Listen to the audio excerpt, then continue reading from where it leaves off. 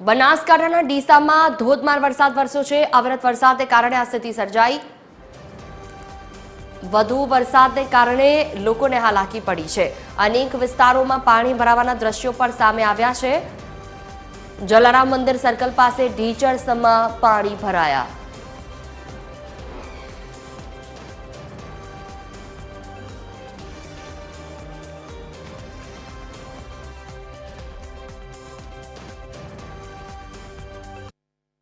બનાसकांठा जिल्लाમાં છેલ્લા 4 દિવસથી ધોધમાર વરસાદ વરસ્યો। અનેક તાલુકા જિલ્લામાં સહિત નીચાણવાળા વિસ્તારમાં પાણી પણ ભરાય છે। અત્યારે ડીસા પંથકમાં છું ને ડીસા પંથકમાં જે આ એક રસ્તો છે, જાહેર રસ્તા પર ઘૂંટણ સમાન પાણી ભરાય છે।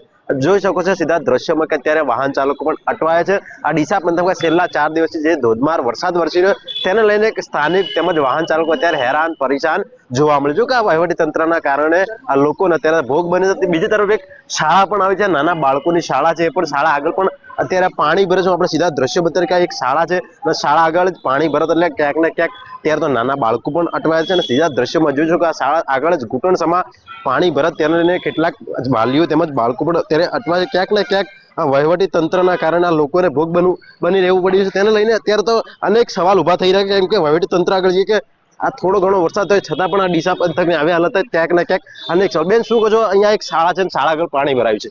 શાળા આગળ પાણી ભરાતી બહુ મુશ્કેલી પડી રહી છે। નાના નાના ભૂલકાઓની સ્કૂલ છે, આવામાં પણ બહુ પ્રોબ્લેમ થઈ રહી છે।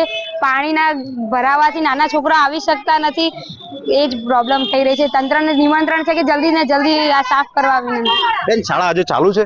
હા, શાળા આજે ચાલુ જ છે। બાળકો પણ આજે હેરાન થતા હશે, આ પાણીમાંથી પસાર થવું પડતું છે। હા, નાના બાળકો બહુ હેરાન થઈ રહ્યા છે। એના માટે પાછળનો ગેટ હમણાં માટે ખોલ્યો છે, સોસાયટીનો જે અલાઉડ નથી પરંતુ ખોલ્યો છે કારણ કે આગળ બહુ જ પાણી ભરાઈ ગયું છે। અત્યારે તો આ સ્કૂલના બાળકો પણ આ પાણીમાંથી પસાર થવા મજબૂર બન્યા, કેમ કે વહીવટી તંત્રની બેદરકારીના કારણે ડીસાવાસીઓ અત્યારે તો આ મુશ્કેલીમાં મુકાયા છે। વિક્રમ ઠાકોર, ટીવી 13 બનાસકાંઠા।